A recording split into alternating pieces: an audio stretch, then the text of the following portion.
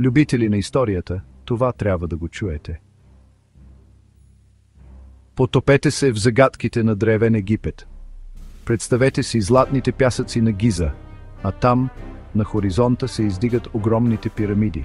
Построени преди повече от 4500 години, тези чудеса са направени без машините и технологиите, които имаме днес. И все пак, те са толкова величествени, че и до днес им се чудим. Представете си само каква точност. Всеки камък, поставен с огромно внимание. Само Великата пирамида има повече от 2 милиона такива каменни блока. А вътре – тайни стаи, които и до днес крият загадки. Тези невероятни постройки не са били само гробници. Те са доказателство колко умни и колко големи мечти са имали древните египтяни.